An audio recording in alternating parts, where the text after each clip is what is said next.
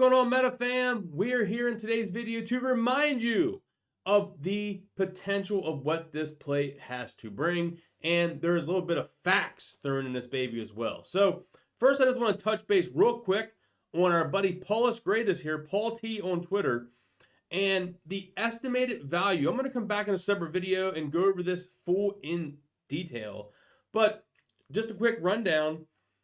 Dividend per share on a non-taxable event, that would kind of be like if we switched Nextbridge shares for like a leading oil company. Average on Nextbridge would be $60.14. If it was a taxable event, we would get about $46.61. Keep in mind, these values are strictly based on the fair market value, not including the FINRA fraud that is going on and how they robbed us in the market. This is just book value asset-wise here. Now, Paul has shared Liz's post from back in January. These posts here wasn't here. And is ones we need I'd to love to revisit again and hear it right directly from the horse's mouth. That's right, where Wes Christian confirmed. It is the motherload of all naked shares. That's right, Mr. Wes Christian. So we're going to focus this video around Mr. Wes Christian and what we got to show here. And like I said, this is keeping you motivated, keeping you positive. I know our shares are sitting there with zero balance and we're waiting and we haven't got no answers. But this is to remind you of what these market makers and what these broker dealers and what the FINRA did to us is totally wrong. And we are in control here. So let's listen to this clip right here. So first, shout out to Paul for retweeting this and bringing this back to the attention. A huge shout out to Liz Huffman for having this clip for us to watch. So I'm going to deactivate my camera and we're going to focus on this clip and listen to it, guys. Isn't here. And Wes, I tell you where I'd love to start. The Motherload. We basically have been waiting for a day or two for John Berta to be posting his press release. We know it's coming, like, I think while we're actually speaking together, but he said we can already talk about it. Which is basically that there is a number of shareholders who are now taking action. Do you want to just share what's the action that John Berta has taken on MMTLP and what that now means for all of the shareholders? Yeah, so John Berta, through a company, Flamethrower, has decided to hire our team. Our team, of course, consists of Warshaw Bernstein, our firm, and a bunch of top-notch, experts, economists, other people, regulatory people that have been on our team for some time. And what we're doing is, in essence, doing due diligence on every aspect of this transaction, which, started out with Torchlight into Meta, then the preferred A shares, ultimately converting into shares of the private company Nextbridge. And I can already tell you, as I alluded to in my conversation with you previously, that I believe we're going to find that this is one of the motherloads of difference between real shares and counterfeit shares. And so ultimately... you heard it. The motherload of counterfeit shares. I think the press release is going to be issued today regarding them hiring us.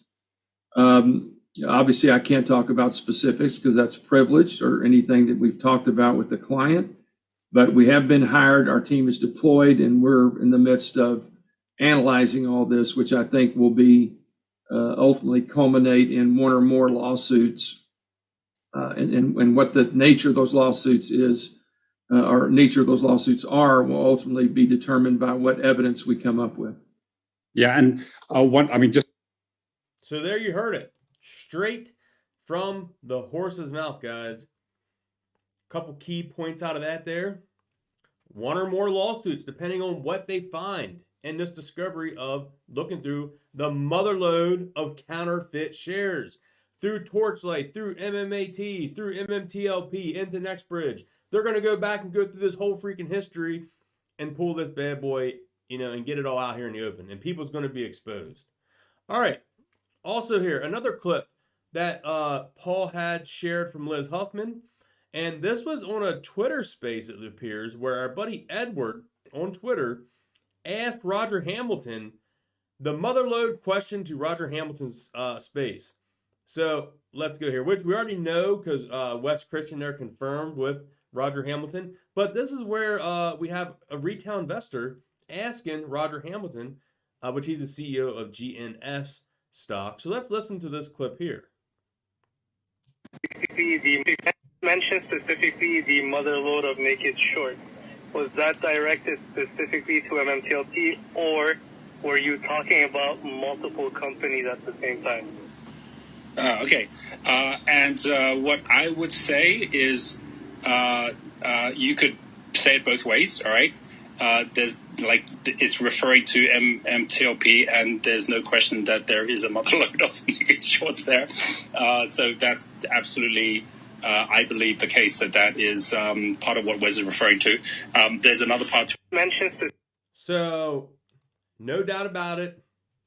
Case closed. It is the motherload of all naked shorts. You heard it right there from Roger himself. I wanted to take a peek of these clips. Okay, there wasn't no more video there. I just wanted to make sure. Thank you for Liz for having these on here. And we probably covered this in previous videos, but it is so hard to remember all this that happens. So thank you to Paul for resharing this. And if guys, you have any of the old clips, which I say we can go back and watch all the old videos, but if you have them, tag me on Twitter. I'll go through and check all my tag stuff here on Twitter. And that way we can reshare this to keep people motivated and know what they did was totally illegal in this situation. Now we do got a little bit of an update. This is new. This is brand new. So Texas Bed here, Micah, has shared this here. Here's my conversation with Wes Christian's secretary on MMTLP. So I'm going to take the camera down and we're going to, actually it's not in the way. So let's go here. It says, Mr. Christian, let's see, which order was these placed in? All right, let's just go from the first email here and go. So here's the receptionist replying back. Mr. Christian has been telling everyone 45 to 60 days. That's all the information I can offer at this time. This is the receptionist at Christian Levy Law Group. And Micah here says, thank you for your message. Can you give me an estimate on how long due diligence process will take? That's where they say it'd be 45 to 60 days. All right, here we go. And then this here was, thank you for your message. Can you give me an estimate on how long the due diligence process will take? And here it says, Mr. Christian has read your email and said that there is nothing to advise until they complete the due diligence regarding the shares of all shareholders. He says you'll just have to wait. I know that is not what you wanted to hear. But it's good that they are replying to people, which is really good in my opinion. And just going back here to this. I do believe that this here is a pretty fair market value for probably what it's worth as it sets. Somewhere between that $46 to $60 range. Could be a little bit more than that with the natural gas and all. But would this, well, I think it ain't no would. This more than likely probably would have went a heck of a lot more if FINRA would have did their jobs and forced shorts to cover in those last two trading days. Because you're technically legal, not allowed to hold a short position in a private company. So I hope those clips lift your spirits and remind you, man, it's just a matter of time. Just a matter of time. Hope you all enjoyed today's video. If you did, smash thumbs up. Drop me a comment down below. Catch you on the next video, guys. Peace.